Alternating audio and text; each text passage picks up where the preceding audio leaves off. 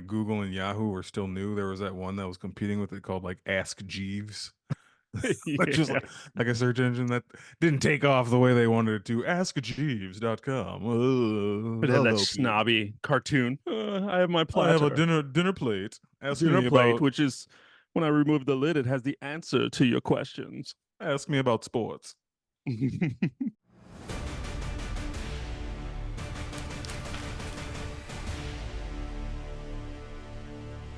What's up, everyone? Thank you for checking out this episode of Raised a Geek. This week, we review Rebel Moon, the new Zach Snyder movie, now streaming on Netflix. So let's get into it. I'm Chris, and as always, I'm here with my buddy, Don.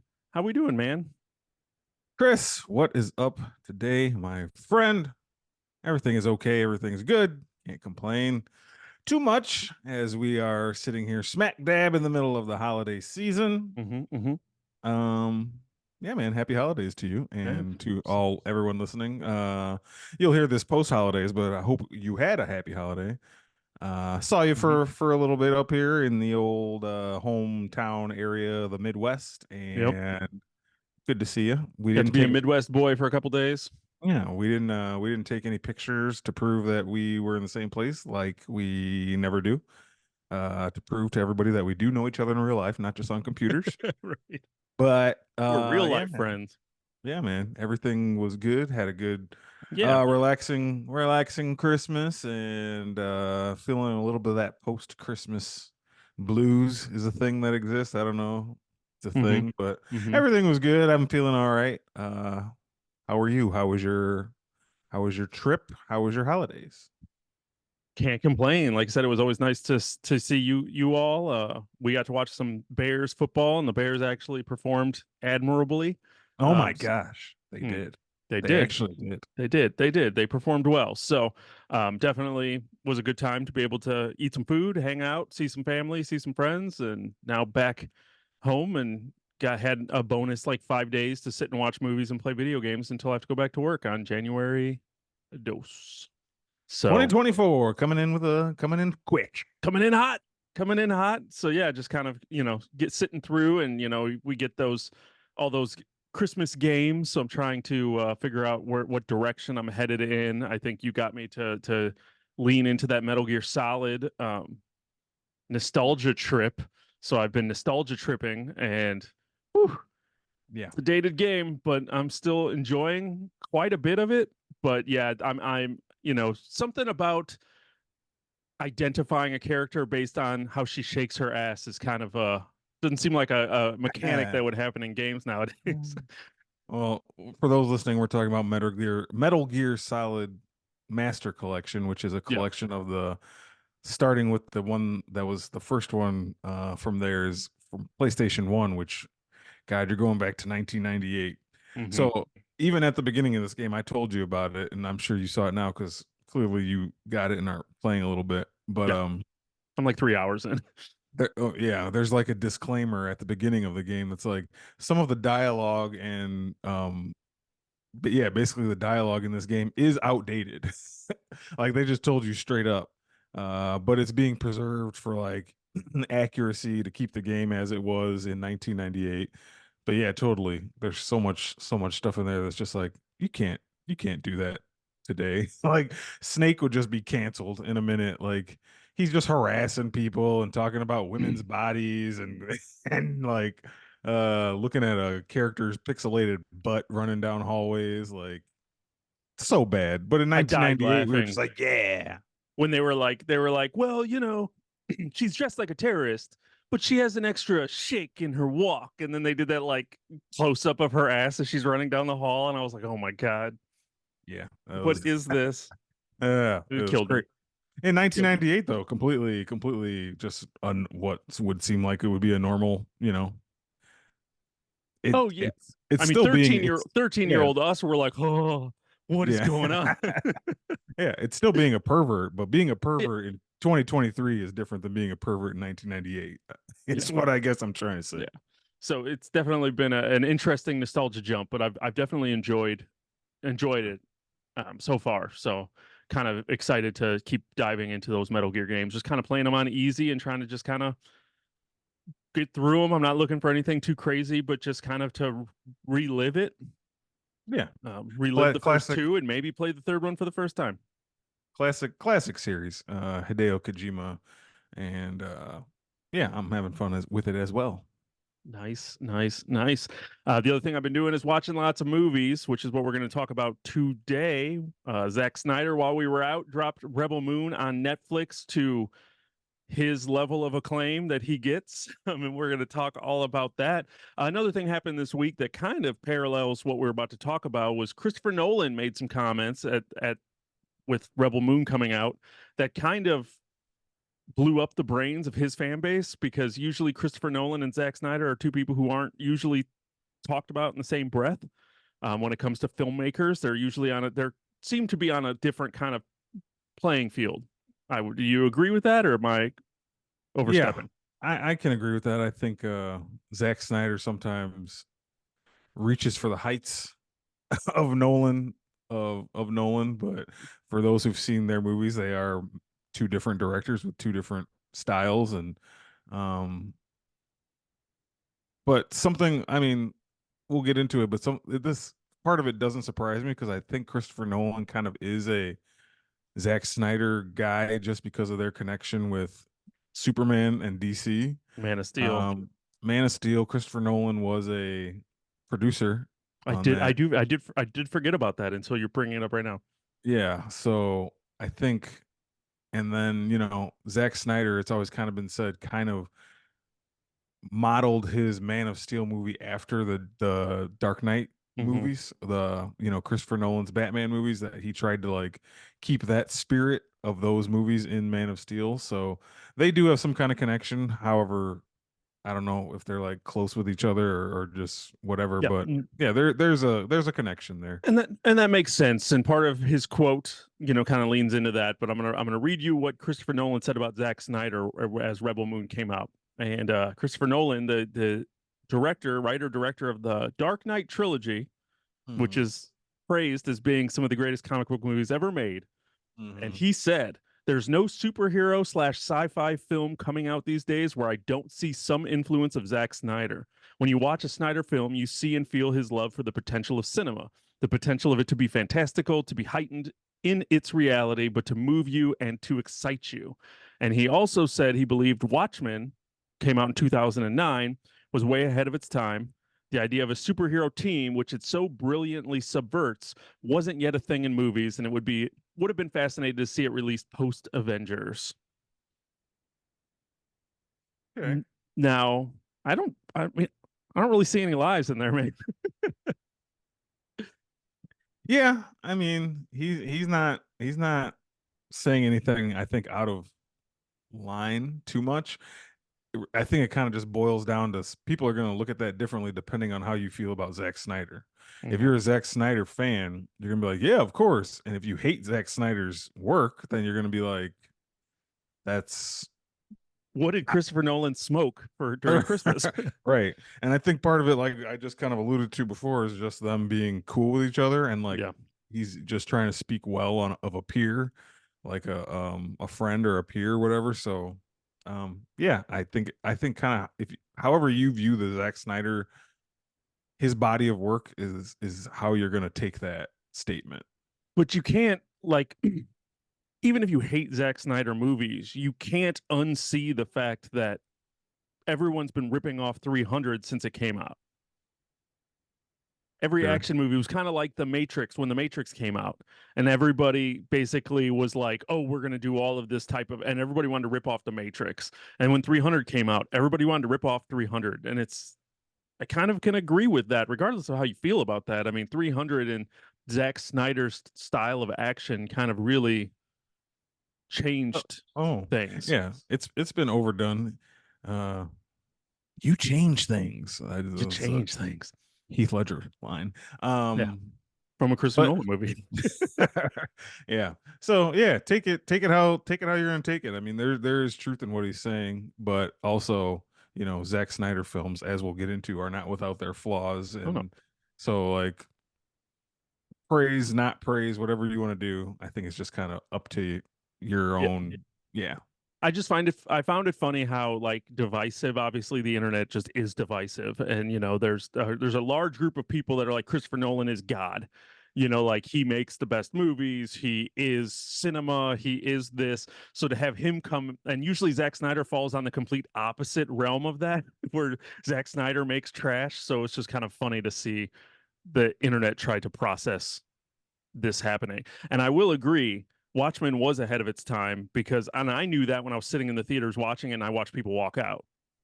Hmm. I knew Yeah. people, I read the book, I knew what I was getting into. A lot of people had no idea what they were getting into. Yeah, they just thought it might be a fun superhero flick, but Watchmen is not that. Watchmen is something different, and there's a Yeah. reason why it's considered a, piece of literature beyond comics, and Yeah. it's not just about superheroes. And I probably owe myself a rewatch of that someday. I think I've probably only seen it once. Um, I still stare at that ultimate cut hmm where it's the like 3 hour cut of the movie, plus they add the cartoon throughout, like the Black Freighter. hmm So it's like a 3.5 hour movie, but we talked about before we started recording, it's just struggle with sitting down and going like, yeah, let's watch a 3.5 hour movie. So the Yeah, idea it's of that tough. is kind of rough, but it's like to see the complete Watchmen, it just seems so like feels like that's something I need to have in my collection. Yeah, maybe one day. Maybe one day. Maybe we'll talk about it on here. Ugh. Ugh, but let's talk about Rebel Moon, man. Okay. Finally came out, was getting it, ultimately the initial first wave of reviews when it was coming out were kind of rough. Mm. And I was definitely excited to watch this, but nervous at the same time because I really didn't know what I was getting into. hmm I'll have my opinion here in a second for what we actually thought about this movie, but let me give you a quick synopsis for those who might not know, and then we're spoiler from here on out. So you've been warned if the synopsis sounds cool and you're like, hey, I need to go listen to this, I need to go watch this before I listen. Definitely, this is your warning. So, Rebel Moon Part One, A Child of Fire, is about a peaceful settlement on the edge of a distant moon that finds itself threatened by the armies of a tyrannical ruling force. A mysterious stranger living among its villagers becomes their best hope for survival. Hence, Rebel Moon. hmm uh, there's rebels and they're on a moon somewhere. and they're on a moon, so Rebel Moon didn't bust too many brain cells with that one. No, not at all. Not at all. uh, so basically it's and this became part of the big talking point was, is this Star Wars, whether this ripped off everything that it was clearly inspired by, and some people couldn't get past that. So as we like to start these little reviews off, could you look past that, Don? How did you feel about Rebel Moon, and then we'll talk about what worked and what didn't. Yes, Rebel Moon, Rebel Moon. I thought it was okay. Um, another one of these where I like to put. It seems like we should be able to pick a side where you say I loved it or I hated it, but I'm not in either camp. I didn't love it, but I didn't hate it, and I was thinking about it afterwards, and I'm ready to watch the second one in April. So that's kind of where I'm sitting right now. It definitely did um entertain me like throughout. I mean, this is a 2 hour 15-minute movie, something like that, something along those lines. I didn't really feel too bored too much. I mean, there were some parts in there that kind of, the pacing was weird. And that kind of like, I did catch myself every now and then looking at my phone. I'm like, oh, I'm looking at my phone, I must be bored. But really at the end, I really wasn't. I was just, there were some parts in there that just kind of like were like, ugh, what's happening. um but I was entertained. I mean, the action was okay. It's Zack Snyder's level. I mean, you can tell it's a Zack Snyder movie when watching it. It's got all the trademarks. It's got its 100 times where slow-mo action is happening. That's just his thing. He does that. He can't stop doing. And at times it kind of is like, all right, enough of this. But it's like also at the same time, it's still kind of cool, even though it's been done by him over and over and over and over and over.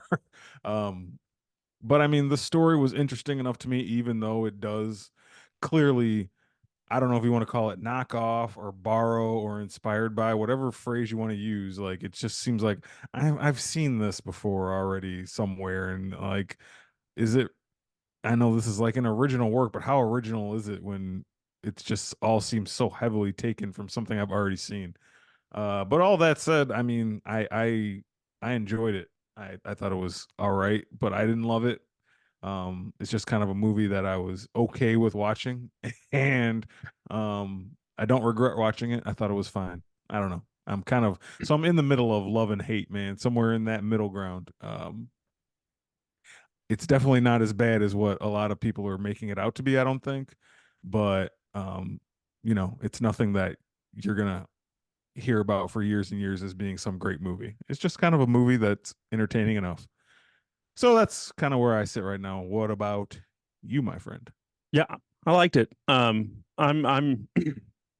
known for liking Zack Snyder movies more or less. I mean, he has, in my eyes, more hits than misses. I usually enjoy what he does, even though, as you just said, it's crazy that he's still doing so much of it. Um, like we just talked about, he started that slow mo in, I mean, probably Dawn of the Dead. There's probably a couple shots, but definitely, obviously, 300 was completely stylized like that. And every one of his movies since have been the same style of Yeah. action, Yeah. and it's crazy. And as we talked about, it's been ripped off countless times since 300, since he did it the first time. He's still doing it, which is crazy. You'd think he'd want to do something different, but at the same Mhm. time, nobody does it as good as him, and I don't know why. Like something about his, like I don't know where he chooses like to freeze the frame, the level of detail, like it's almost art is up there, frozen for a second, and then it goes. And he this one I noticed he didn't linger. Like some of his other movies, I know like he really drags that slow mo out, and this one it felt like he had a nice balance of slow motion, or maybe it wasn't as slow as it has been in the past. It was a little bit Mhm. faster, but I really enjoyed the action. A lot of my issues with this movie, I feel, are self-inflicted, and we'll get into that a little bit of just what they chose to release. The fact that this is already broken up, we already knew coming in it was a part one, so we already knew we weren't really going to get an ending. We got more of an ending than I thought we were gonna, but it just kind of was like the way that they chose to do it was odd to me, and I feel like it ended up ultimately hurting the movie as a whole as a standalone. So it's hard to really know what Rebel Moon is. As you said, I liked it. I liked everything that I saw. I enjoyed the performances. I enjoyed the special effects. I enjoyed the action. Um, I liked what the world that they're building. It's just it felt like chapter one of a larger story, which is I think exactly what it was. So it's hard to be like, yes, this movie is awesome, because it's not, didn't really feel like a movie. It just kind of felt like a extended pilot for a TV show, you know. Mhm. But I Mhm. liked what I saw, and I'm definitely ready for more, in whatever version he wants to give us more in. I'm here for it. Okay. Yeah. I liked original sci-fi mixed with, like I said, a lot of inspirations coming through. I know he was originally basically pitching it as Seven Samurai in space, and that's definitely what he gave us. And then you pick out the Star Wars similarities, and you can pick out some other just sci-fi similarities, which it seemed like to be what everybody wanted to fixate themselves on, for whatever reason, instead of watching the movie. Well, All because that. the Star Wars similarities are like right there in your face. Hmm. It's a team of rebels against an evil empire. Yeah, I mean, that's Star Wars in a nutshell. So I understand that he's um but Star Wars was, what was the other Akira right. Tawazawa, the Hidden Fortress. Yes. Hidden So Fortress, a little bit of yeah. Seven Samurai. I mean, it's Yeah, the that's same also inspirations. that's the point is every director takes inspiration from somewhere. Yeah. Like you've heard people say before, like there's no original ideas left, and that's kind of true. Like people do have things that seem original, but their inspiration for those ideas came from somewhere, from Yeah. watching something, from reading something, from playing something, whatever. Um, I think a lot of the complaints about it being like this is just a Star Wars knockoff is because it was so like close to what you could just like say this was a chapter in Star Wars, Zack Snyder's chapter in Star Wars, and I'd believe you. Hmm. just because it's like so close to their storylines. But that's neither here nor there, I guess. But that is, I think, where that complaint is coming from. That it seems like a knockoff is because it kind of is, you know. And originally he was supposed to. I don't know like the details behind it, but he was talking with Disney about doing something Star Wars, and when those talks fell through, I think he kind of just said, you know what, I'm just going to do my own Star Wars thing. Or my own sci-fi space opera, make my own, and this is, I guess, what he did, right? Yeah. I mean, and you can't, I mean, he didn't do too bad of a job of, I mean, yeah, you might have taken like we said, inspiration from things, but I mean, there was a lot of just creativity on display here, or at least everything put in one package that's usually not seen on a mainstream level. So I mean, it was kind of like zany out there, kind of, leaning into the cheesiness, but taking itself serious. I thought the Empire, the bad guys, Noble. I thought he did a great job of just being menacing. They were definitely pulled out of our history as Nazis. I mean, the definite Nazi stuff was pretty apparent there as well, Yeah. which I thought kind of gave it a little bit more of a militarized, Which in threatening appeal than, in Star Wars, the evil empire is the Nazis too. yeah. You know, that's kind of Something about World War. seeing Noble in like that suit and tie talking shit, just Sure. man, it made him look classy as fuck, man. Yeah. Yeah. I dug it. I dug it. So yeah, I've definitely dug this movie. Now this movie has a huge cast, Hmm. and I doubt we're going to be able to think about everybody's name or what they were doing. But how'd you feel about like just the ensemble that they put together? Is this like a group that you want to see more of? You want to see them together? How were they? Yeah, there was a lot of recognizable faces. Mhm. We had old Charlie Hunan from, you know, Sons of Anarchy. The main girl, I don't know her from much, but she looked like I'd maybe seen her in something. She did a lot Um, of action flicks, like um, she was in like Star Trek Beyond, Kingsman. She sure, was she was in Kingsman, the chick with the sword legs that was chopping people up. that's She probably was where she was in like The Mummy with Tom Cruise. She was in like she had a lot of just side things. I think she was also in what I'm blanking on the movie now. Atomic Blonde. I think she had like a role in that. So she was always kind of like, I don't think she was ever like lead.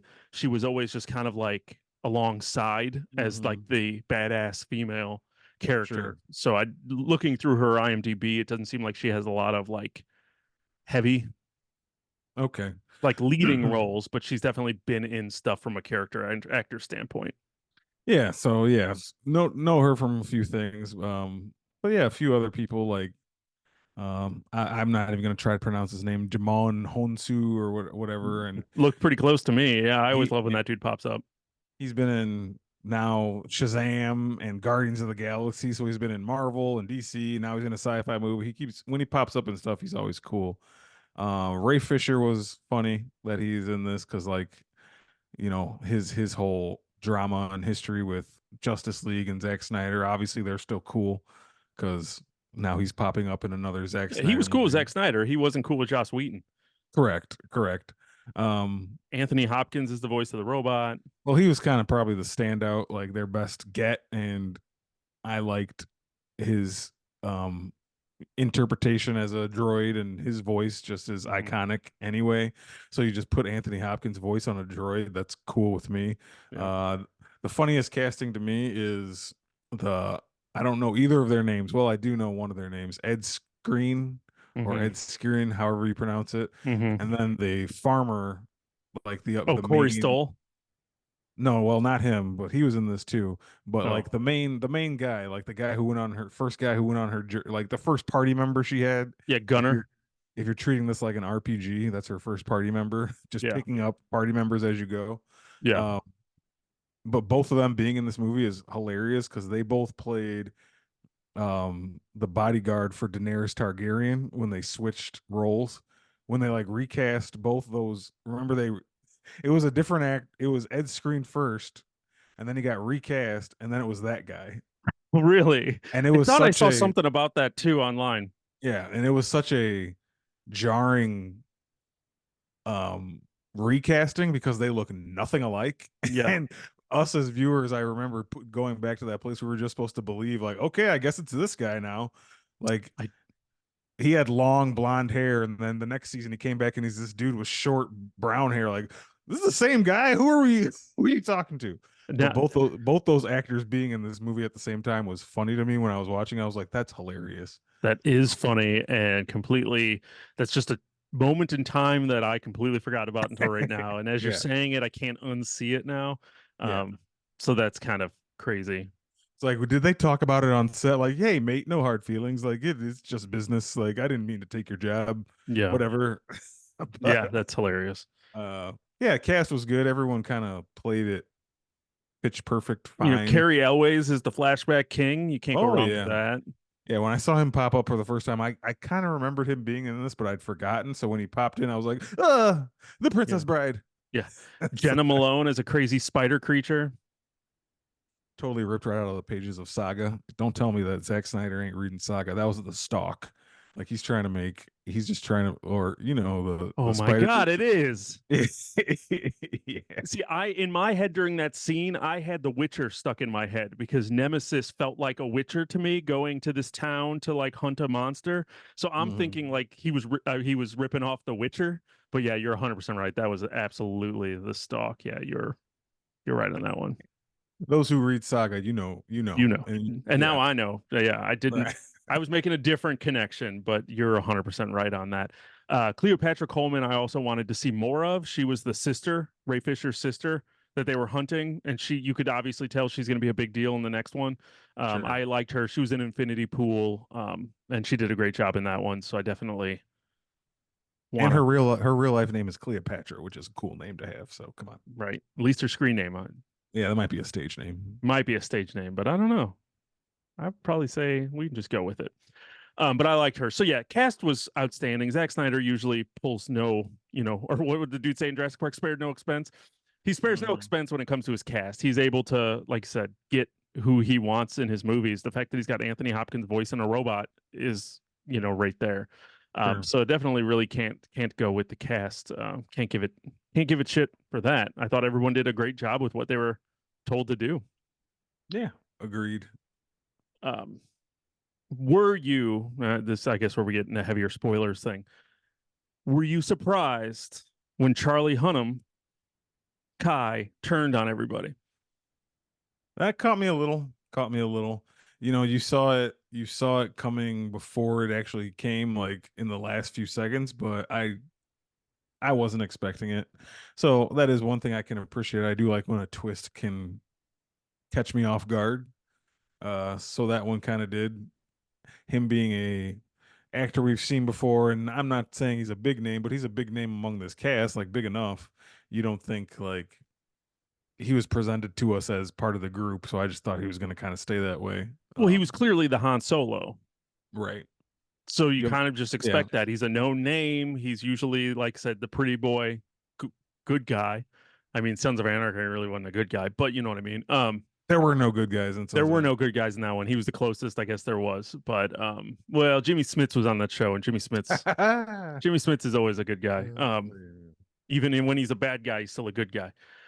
But yeah, I wasn't surprised by it because he seemed to be leaning in really heavy. Hmm. But I also didn't. I was taking it as just bad writing. Like I was just like, man, they really chopped this movie up, and everyone's just so because they were going through this movie collecting their party, like you said, RPG terms. They're collecting their party one after another, and we got one scene where they basically showed up, did their pitch, and then we moved on. And so I kind of just felt like everyone was joining with very little persuasion. Like we need to put this group together so we can get on with the movie. And they were doing that, so I kind of just was writing it off as just kind of lazy writing. And then no, he was going along because he had an entire plan about their thing. So I definitely necessarily didn't see it coming, but I wasn't surprised because I was kind of wondering why he was so gung ho as being Hmm. like a smuggler kind of like guy. Han Solo took a little bit more convincing to join the rebel cause, and he Sure. was all like, "Let's do this. I'm giving up my life." I was like, Like, "Oh, here's my plane. Come with me. yeah, Um, Speaking of like the collecting of the party members, and one of the things I mentioned when we started this conversation about this movie was my issue was the pacing.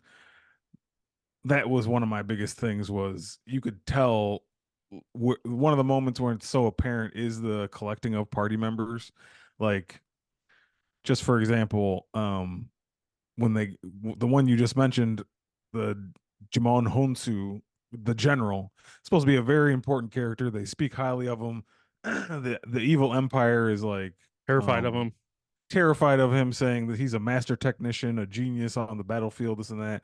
And his introduction into this movie was simply, them going in and she says a few words and he's all of a sudden on board. Something that took a total of 5 minutes, probably, if that. And then earlier in this movie, when they collected a different member for the party, like I can't remember the character's name, but the guy who rode the griffin, Oh yeah, yeah, yeah. I he don't rode remember. the bird with Tarek. the yeah. Um, the scene of getting him is like 20 minutes long. Like, what are we really doing? Like, it doesn't match up. Like you showed me all this because you wanted to basically just show me this bird thing for such a long time, but then when we're advancing in the movie and we just got to get everybody together. Like it just kind of we rushed through that all and it's like I don't know any of these people. Why do I care what they're doing or care what's going on with them? Like I have no feeling about any of these characters really to even care. So when the big twist happens with his character, granted he was cool, but I didn't care about him enough to be like, that's crazy. You know what I Yeah. mean? So pacing issues totally. I feel like they tried to jam a lot in. I mean, it's not a short movie, but they just tried to jam so much in here that at times I just was like kind of indifferent. But because of that, the movie felt really simple. Mm, Like I was surprised. I'm like, this is already over.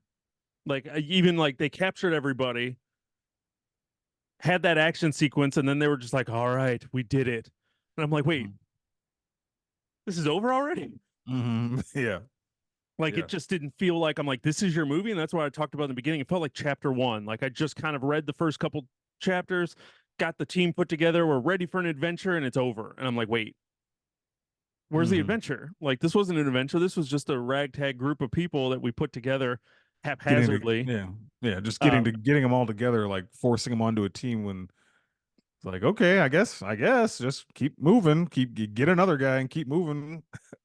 but as we talked about the world building, I enjoyed, and I liked getting some of Korra's backstory of being like the king's adopted daughter, kidnapped daughter. She worked with them. She knows so much. She's like the most threatening person in the galaxy. Like they did a good job of letting us know that the team that they did put together is extremely threatening to the Empire or whatever they're Mhm. called, the Imperium. Right. Like I understand like the fear that they have and those things, and I thought that was really well done. I thought Ed Skrein, as like said, Atticus Noble did a really good job of just being a menacing bad guy, and I was really glad that they didn't kill him. Oh yeah. That he was He actually he there. he is menacing as a villain. We learned that from Deadpool. Like Mm, I like that guy as a villain. He carries himself well, yeah, you know. he's creepy and he carries himself well. Now, one of the things that did shock me was, was Ray Fisher dying. Yeah. I didn't Yeah. see that coming. Like they No. like the big thing, the big plot of this movie was finding these twins, and they're like the Imperium is just like hunting down these twins because they're like the lead rebels, and then you just offed one of them. I was like, okay,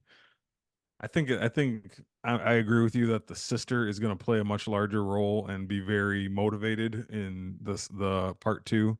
yeah, So I kind of think that's just storytelling to push her.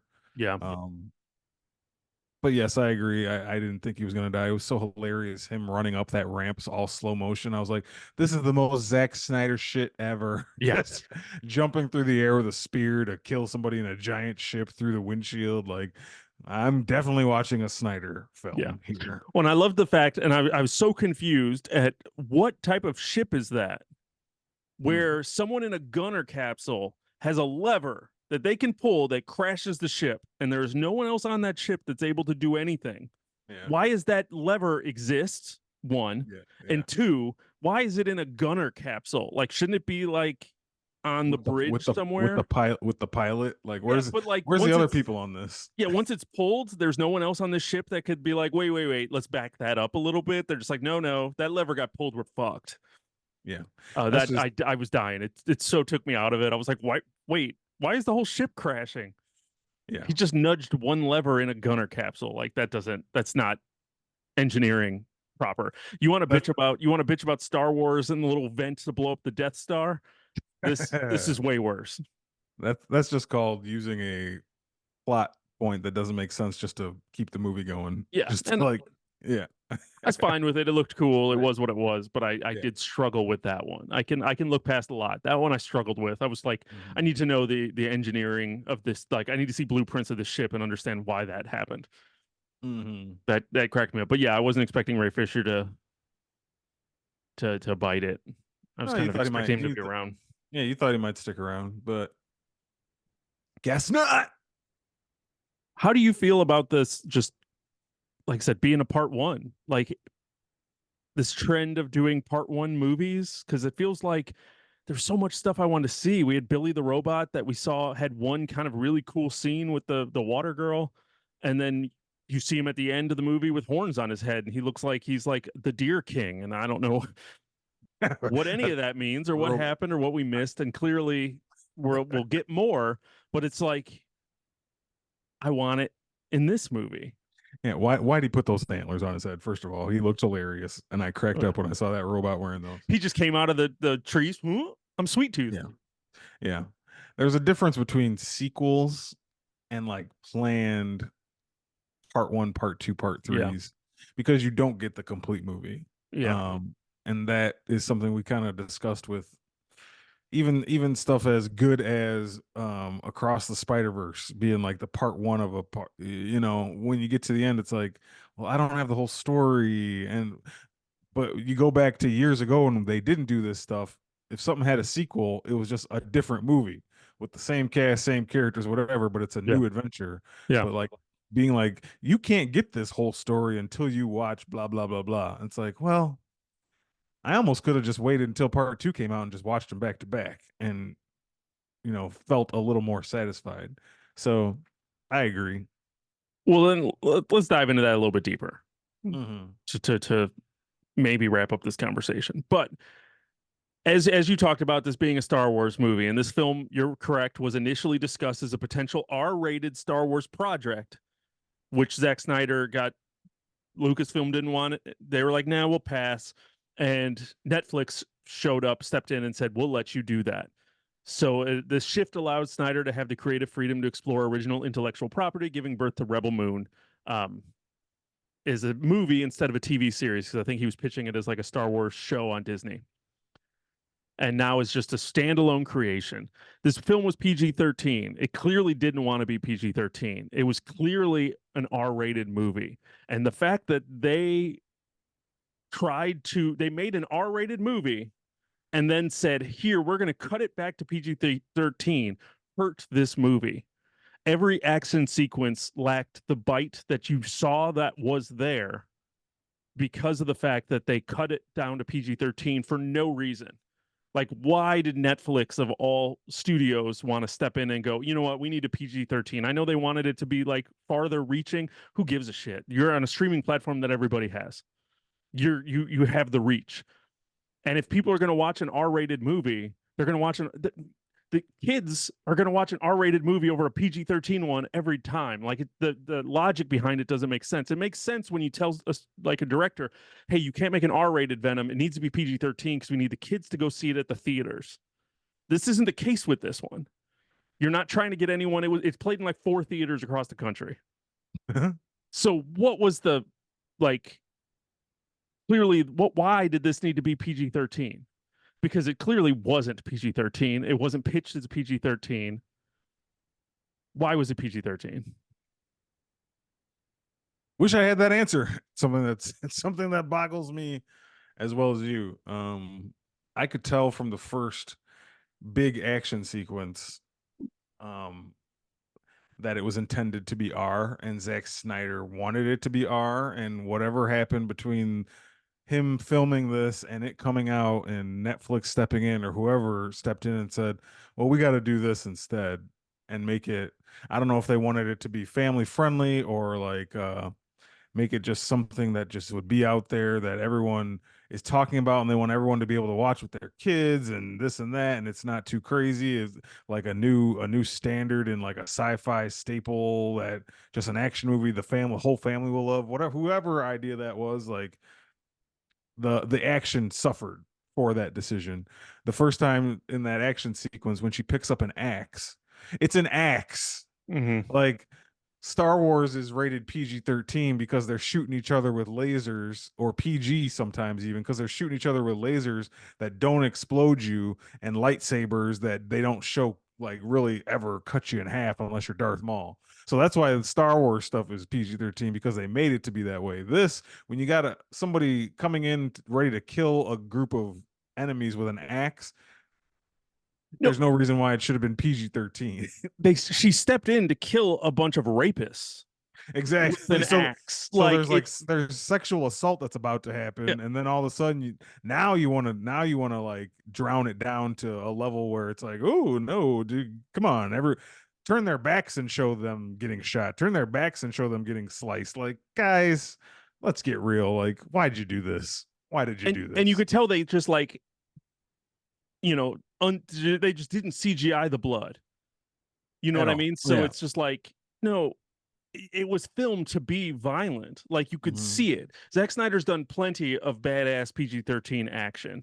He knows how to shoot PG-13 action and he knows how to shoot R-rated action. And if you watch enough Sure. Zack Snyder movies, this was clearly R-rated action that he was doing. And the Mhm. fact that they did whatever they did to make it PG-13 is kind of a crime against this film. It makes I it agree. not be what it needed to be. I agree. It held it back so much. Yeah, I, and like I just tried to say, I felt it from the very beginning, Yep. and every action sequence, I felt the same way when she was fighting the spider lady. Every single action sequence felt like it was missing something Yeah. because the tone of this film was lending itself to an R rating, and Yeah. then as soon as the fights start, all of a sudden now you guys want to be tame with it, and it's like you've done yourself a disservice by doing this, and I can tell, and I know I'm not the only one who can tell. Obviously you can tell, and I'm sure that's like a big talking point around, the watchers of this film in general. So yeah, it kind of was a bummer.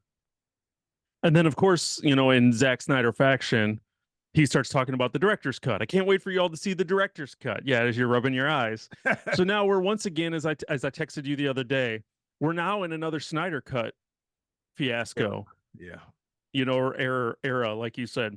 We're sitting here going, well, when is that coming out? We're gonna have a 4 hour Rebel Moon cut because you could tell that there's so much story that didn't make this movie to get it down to 2 hours and 15 minutes.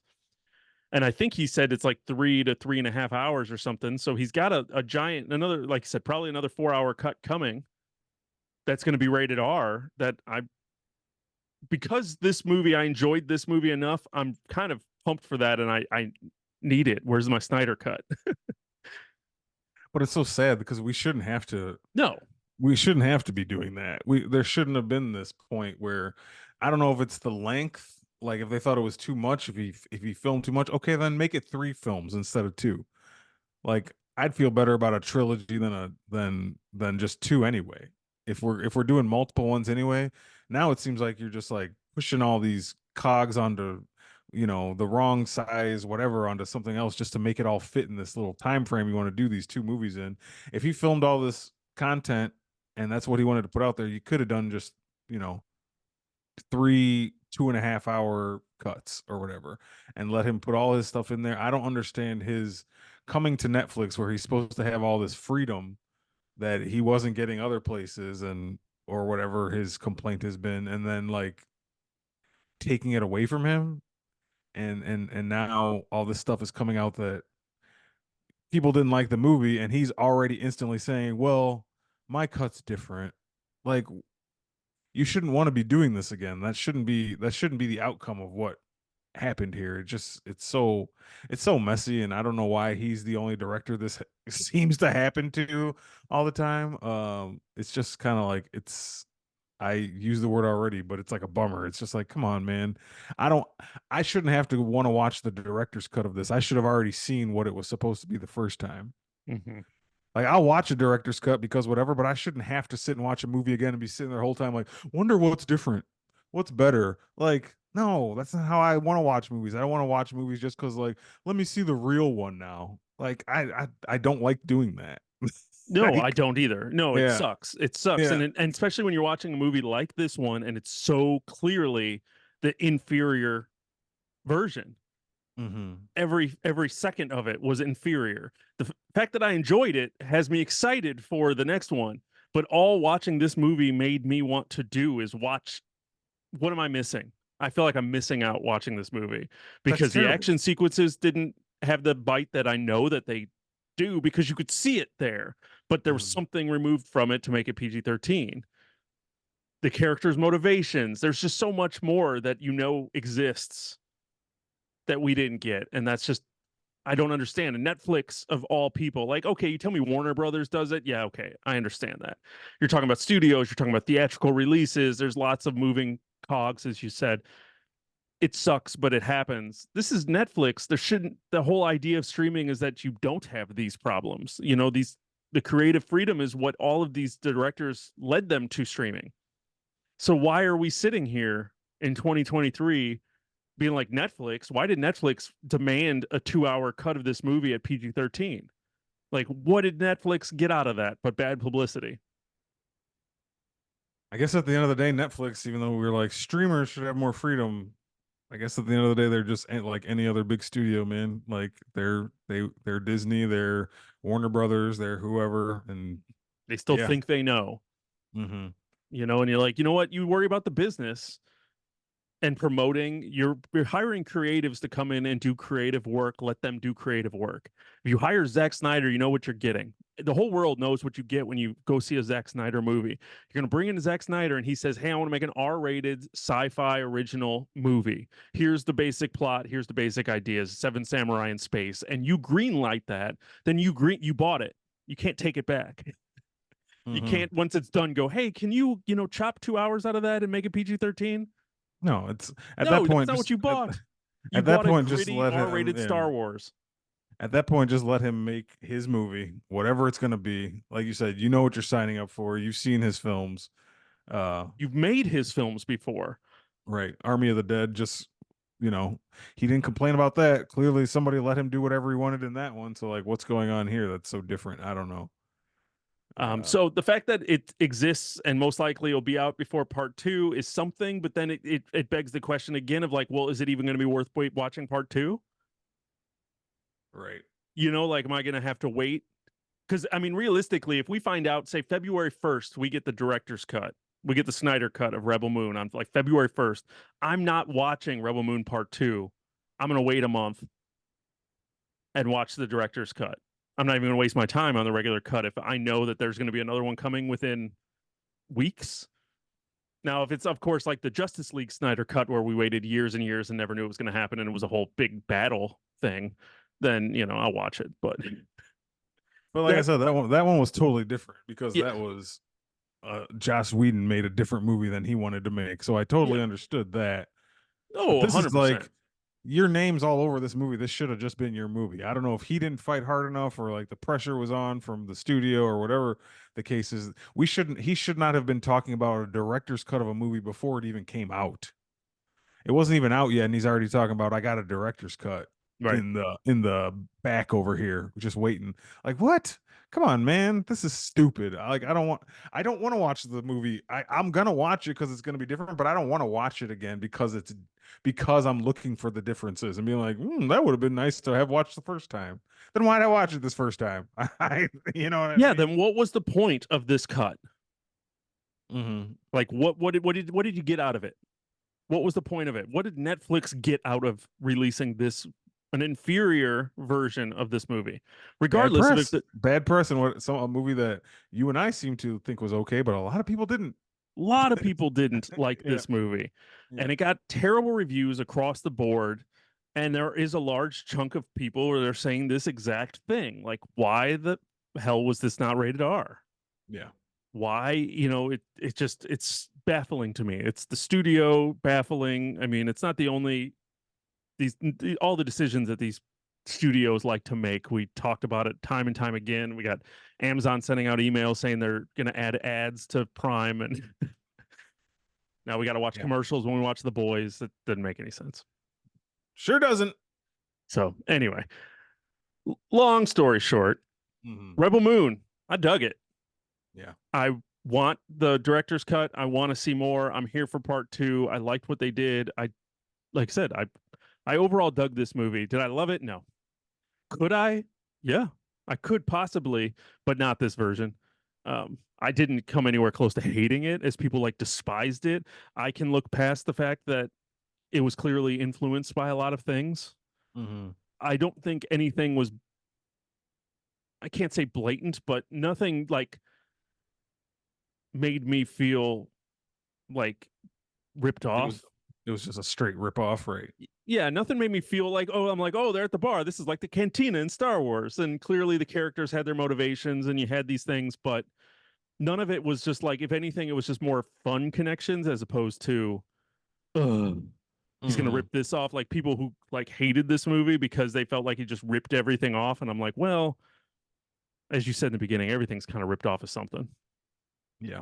So I'm Yeah. okay with that. But overall, I enjoyed the movie. I thought it was, I had fun with it. I was thinking about watching it again, but I'm once again don't know if I need to waste my time watching it again. So Yeah. kind of Yeah. see how that goes. But I'm definitely be here for part two, regardless of what we're looking at when that comes. Yeah, I mostly agree. I thought it was like I started the conversation with. I didn't love it, didn't hate it. It's just a Zack Snyder movie, man. Like he has a bunch of movies that I've watched and I'm entertained and they're okay. Do I ever really revisit them? No, but I'm not bored when watching them. He makes solid action flicks. There's nothing like groundbreaking about them, but they entertain me. Yeah. So I was entertained.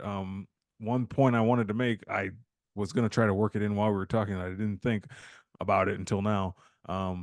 One thing he definitely needs to learn to me is, I don't know if this is just my opinion, but it's very obvious to me the man does not know how to do anything with humor in these movies at all. Like they're just so dour and like serious. And I don't, any movie though I'm watching, like no matter how serious, I want to crack a smile maybe once or twice. Like make just like cut through the tension a little bit with some kind of like, that's always been his thing. People talk about Man of Steel, like it's a humorless, like joyless Superman, and they said that about Justice League and all his superhero stuff. Is just like you don't feel any joy. You just are sitting and watching something very cold and straightforward and dark. And I don't need it to be, Dumb and Dumber level comedy, but I need some kind of like, just man, somebody tell a joke. Like somebody get something in here that just makes me like feel joyful for a second. And that's just something he does not do with any of his movies, really. I know he tried it. He's tried it a few times here and there with like Army and the Dead may have had a couple jokes because that was a little goofier, but I don't know how well those landed. But just something about his way of filmmaking is like, dude, do you ever laugh? Do you ever have any kind of any joy? I don't know. Just Yeah, a he has some care observation. every once in a while. Like you said, Army of the Dead. He had a character that was like there for comic relief. He had a couple, I think, for Army of the Dead. I know, like Dawn of the Dead. He had, some a character that was there for comic relief. But yeah, when you're looking back at it, I'm like, yeah, a lot of his movies don't have that comic relief character.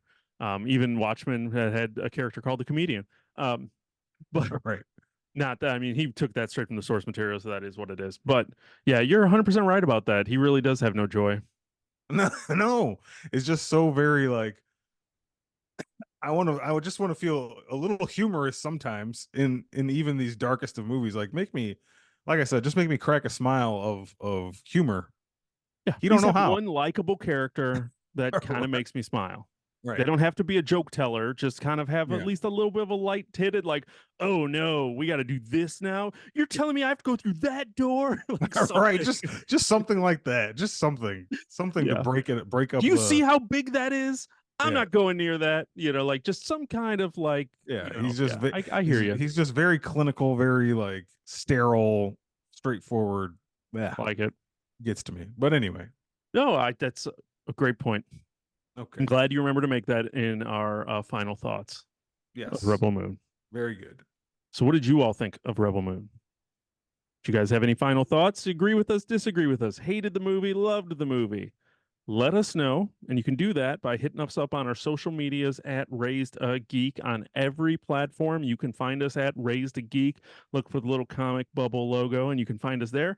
Or you can shoot us an email at raisedageek@gmail.com. We're always looking for those 5 stars. So hit us up with reviews where you can. And we are excited to go into 2024 with some more content for you all. So if there's anything that you'd like to hear us talk about, chat about, we got some ideas coming into the new year. So we're excited about that. So what excites you? Let us know across social platforms at Raise the Geek, raisethegeek@gmail.com. But Don, I think that's going to do it for us this week. So for Raise the Geek, I'm Chris. And I'm done. And thanks for checking out the show. Where geek is all we speak.